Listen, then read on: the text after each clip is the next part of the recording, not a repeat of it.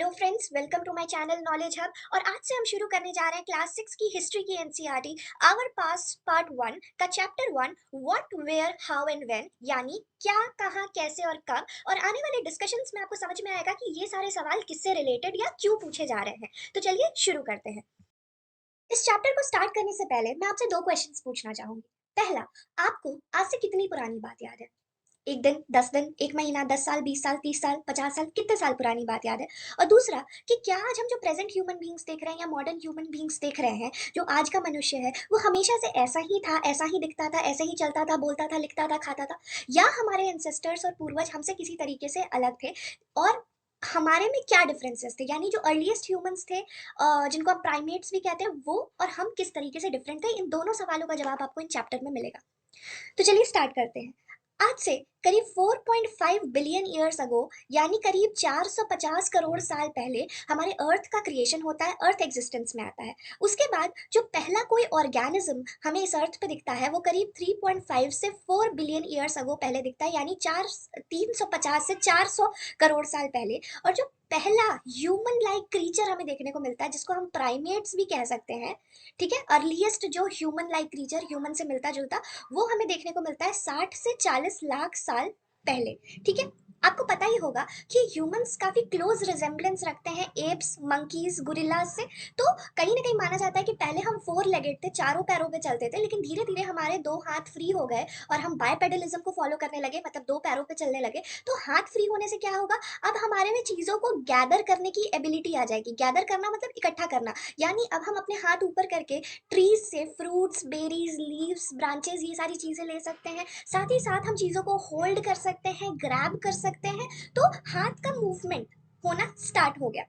इस समय जो आदमी था वो था नोमैड। नोमैड का मतलब होता है यायावर, जो एक जगह से दूसरे जगह घूमे in search of food and better lifestyle. अब लाइफस्टाइल का मतलब यहाँ पे ये नहीं है कि वो घर में जाके रहेंगे, एसी होगा, कूलर होगा, पंखा होगा, नहीं। इस टाइम बेटर लाइफस्टाइल का मतलब है कि जहाँ उनको पेड़ मिल जाए, शेल्टर मिल जाए, खाने के कुछ रिसोर्सेज अगल बगल मिल जाए। तो ये सारी चीजें बेटर लाइफस्टाइल थी। नोमैड्स जो थे, उनको पहले गैदरिंग आई, फिर उनको हंटिंग आया, फिर उनको फिशिंग आया। तो बेसिकली उनकी जो सबसिस्टेंस स्ट्रैटेजी थी, वो यही थी, चीज़ों को वो गैदर करते थे, हंट करते थे और फिशिंग करते थे। ठीक है। फिर ये थोड़ा और एडवांस होंगे तो जंगलों से निकल के ग्रासलैंड में आएंगे, और ग्रासलैंड में आएंगे तो ये धीरे धीरे इनको उस टाइम तक फायर का भी डिस्कवरी हो चुका था। तो अब ये क्या करेंगे, ये कैटल्स अपने साथ लेके चलना शुरू करेंगे। जो जो आपको देखते हैं, जो एनिमल्स टेम किए जा सकते हो, पेट किए जा सकते हो, ये उनको अपने पास रखेंगे। जैसे शीप हो गया, गोट हो गया, ये सारी चीजें हो गई, तो ये इसको अपने पास रखेंगे। और इनको दोनों तरह से यूज करेंगे, मीट के लिए भी और मिल्क के लिए भी। तो धीरे धीरे ये यूजर्स जान रहे हैं कि हम एनिमल का और क्या यूज कर सकते हैं। अब फायर का डिस्कवरी हो गया, तो ये कुक्ड फूड खा पाएंगे अपने को। ठंडे क्लाइमेट में या बरसात हो गई कभी, तो ये अपने को कहीं कोने में ले जाके वार्म रख सकते हैं। और कुक्ड फूड मतलब अभी जो मीट हंट करके ला रहे हैं, उसको पका के खा पाएंगे, अपना प्रोटेक्शन कर पाएंगे वाइल्ड एनिमल से।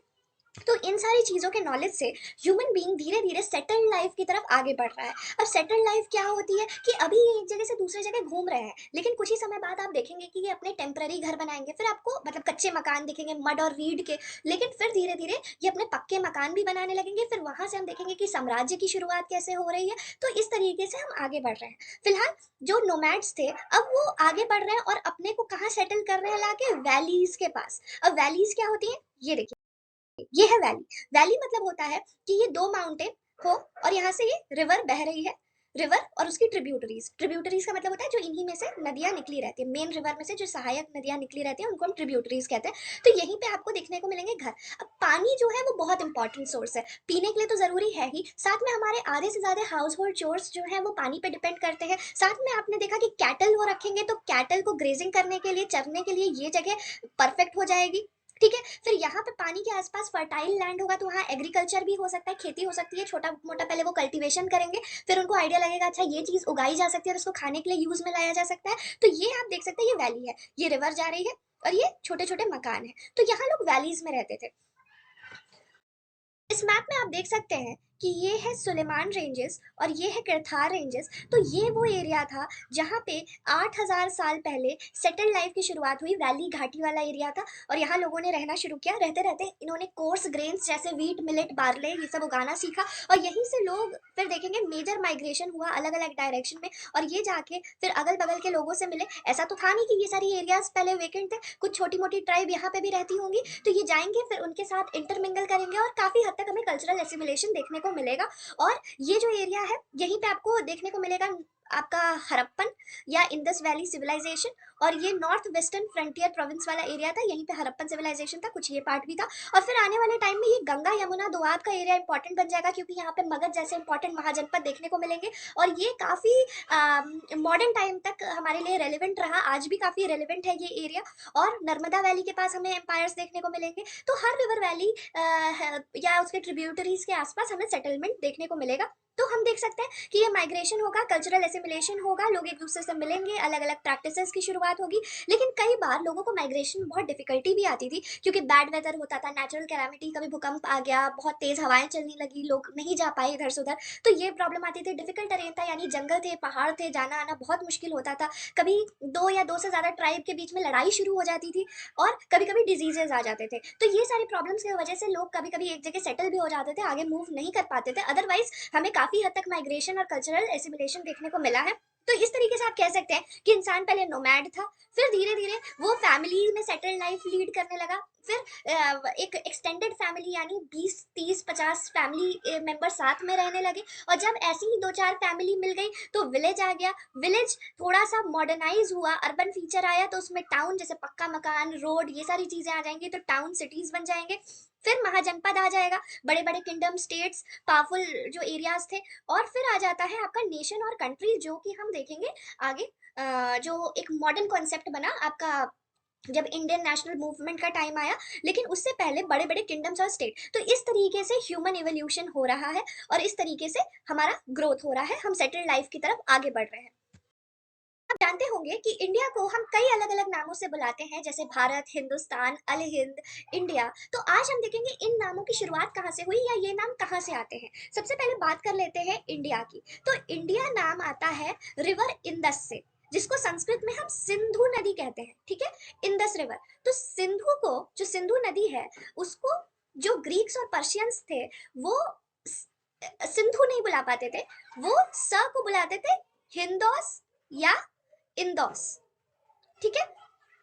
यही समय के साथ ग्रेजुअली डेवलप हुआ और जो इंदस के ईस्ट का साइड था यानी जो रिवर सिंधु के ईस्ट का साइड था उसको इंडिया कहा जाने लगा, ठीक है। इस तरीके से नाम आता है इंडिया। दूसरा बात कर लेते हैं भारत का। तो भारत जो इंडिया की सबसे एंशियंट ट्राइब थी उसके राजा का नाम था भारत। बेसिकली ये क्वीन शकुंतला और दुष्यंत के बेटे थे, ऐसा ऋग्वेद में लिखा है। ऋग्वेद हमारी एक बहुत इंपॉर्टेंट एंशियंट स्क्रिप्चर है, ठीक है। उसमें पता चलता है कि भारत जो है वो सबसे एंशियंट ट्राइब है और ये क्वीन शकुंतला और किंग दुष्यंत के बेटे हैं भारत। तो इस तरीके से नाम पड़ा भारत। फिर हिंदुस्तान की बात कर लेते हैं। तो हिंदुस्तान भी ऐसा ही आता है, जो पर्शियंस थे तो वो सिंधु को क्या बुलाते थे, हिंदू। तो इसी के साथ जो रिवर सिंधु के ईस्ट का एरिया है यानी जो इंडिया का एरिया है वो कहलाने लगा हिंदुस्तान या अल हिंद। तो आप अब जान गए कि ये नाम कैसे पड़े हैं। तो इसीलिए अब आप बता भी सकते हैं कि ये जो रीसेंट डिबेट चल रहा था कि इंडिया ज्यादा बेहतर नाम है कि भारत ज्यादा बेहतर नाम है, तो इस तरीके से ये नाम आए और सारे ही नाम जो है वो इक्वली हमारे लिए इंपॉर्टेंट है। अब हम बात कर लेते हैं कि हम हिस्ट्री को कैसे जान सकते हैं, हिस्ट्री को जानने के सोर्सेस क्या हैं। तो पहले होते हैं लिटरेरी सोर्सेस यानी जो रिटन रिकॉर्ड्स होते हैं जिन्हें लिखा गया हो। इसमें आते हैं आपके बुक्स, मैन्युस्क्रिप्ट्स। मैन्युस्क्रिप्ट्स यानी जो किसी पत्ते पे लिखा जाता है, पहले usually palm leaf, banana leaf या किसी पेड़ के बार्क पे लिखा जाता था, तो उसे हम मैन्युस्क्रिप्ट कहते हैं। ये आप इमेज में भी देख सकते होंगे, ये नीचे आपका ये मैन्युस्क्रिप्ट है और साथ में ये देखिए ये है मैन्युस्क्रिप्ट लिखा गया। और इसके अलावा ट्रैवलॉग्स यानी ट्रैवल करते हुए किसी ने कुछ लिख दिया, biographies, autobiographies, poetry, drama, fiction, foreign accounts यानी जो विदेशों से लोग आए एम्बेसडर यानी दूत बन के या किसी के कोर्ट पोएट बन के, तो उन्होंने क्या लिखा। तो ये सारी चीजें होती है लिटरेरी सोर्सेस। नॉन लिटरेरी यानी जो नॉन रिटन यानी आर्कियोलॉजिकल एविडेंस है, जिन्हें खुदाई में, यानी जब खना गया, कोई जगह से कोई चीज़ मिली, तो उसको देख के जो हिस्ट्री बताई जा सकती है, उसको हम कहते हैं नॉन लिटरेरी सोर्सेज़। जैसे कि ये पेंटिंग हो गया, आर्टिफैक्ट्स यानी टूल्स हो गए, जो स्टोन टूल्स बने हुए हैं, या जो हमें कहीं-कहीं कोई टॉय मिला है, ठीक है?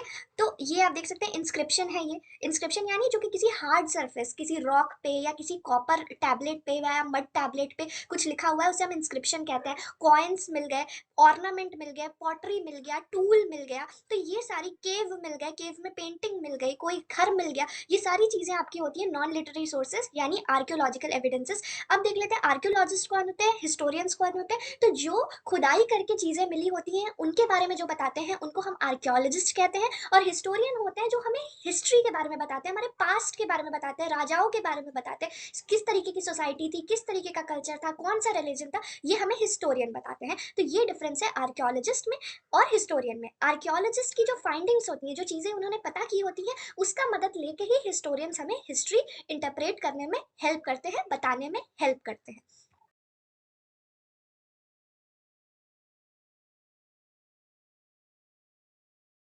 बुक को देख के आपके मन में भी क्वेश्चन आ रहा होगा कि यहाँ पे पास्ट क्यों लिखा है, क्यों नहीं पास्ट? आखिर हम सबका एक ही पास्ट होना चाहिए, हमारे तो सबकी एक ही जैसी शुरुआत होनी चाहिए, कहानी होनी चाहिए, तो ये पास्ट क्यों लिखा है, प्लूरल क्यों है? क्योंकि हर व्यक्ति का पास्ट सेम नहीं था। अगर हम देखेंगे किंग, तो डायनेस्टी की हिस्ट्री अलग थी, कॉमन मैन की हिस्ट्री अलग थी, वुमेन की हिस्ट्री अलग थी, चिल्ड्रन की हिस्ट्री अलग थी। मतलब एक समय में आप देख सकते हैं कि हर इंसान, अब जैसे कोई वुमेन है तो वो जानना चाहेगी कि पहले गुप्ता टाइम में, अशोका टाइम में विमेन की कंडीशन क्या थी, कैसे औरतें रहती थी, क्या करती थी। आदमी होगा तो वो आदमियों के बारे में जानना चाहेगा, किसान होगा किसान के बारे में जानना चाहेगा, या कोई इन जनरल बस राजाओं की हिस्ट्री, डायनेस्टी की हिस्ट्री या एम्पायर की हिस्ट्री जानना चाहेगा। इसलिए हर इंसान का पास्ट भी अलग होता है, इंटरेस्ट एरिया भी अलग होता है, इसीलिए यहाँ पे लिखा गया है पास्ट नॉट पास्ट, यानी प्लूरल। ठीक है? तो इस तरीके से आप जान सकते हैं कि अलग अलग रॉयल लाइफ की हिस्ट्री अलग होती है, पॉलिटिकल हिस्ट्री अलग होती है, सोशल हिस्ट्री अलग होती है, इसीलिए पास्ट वर्ड का यूज किया गया है प्लूरल फॉर्म में। इसी के साथ हमारा चैप्टर 1 खत्म होता है। अब आप जान गए होंगे कि वो सारे क्वेश्चंस किसके लिए पूछे गए थे, what, where, how and when. तो ये सारे क्वेश्चंस थे कि ह्यूमन बींग्स कहाँ से शुरुआत हुई, कहाँ गए, कैसे रहे, क्यों ऐसा हुआ। तो ये सारे सवाल के जवाब आपको इस चैप्टर में मिले होंगे। अब मिलते हैं नेक्स्ट चैप्टर के साथ, तब तक लाइक करिए, शेयर करिए, सब्सक्राइब करिए, कमेंट करिए और अपने फीडबैक्स हमें दीजिए। Thank you very much for watching this video.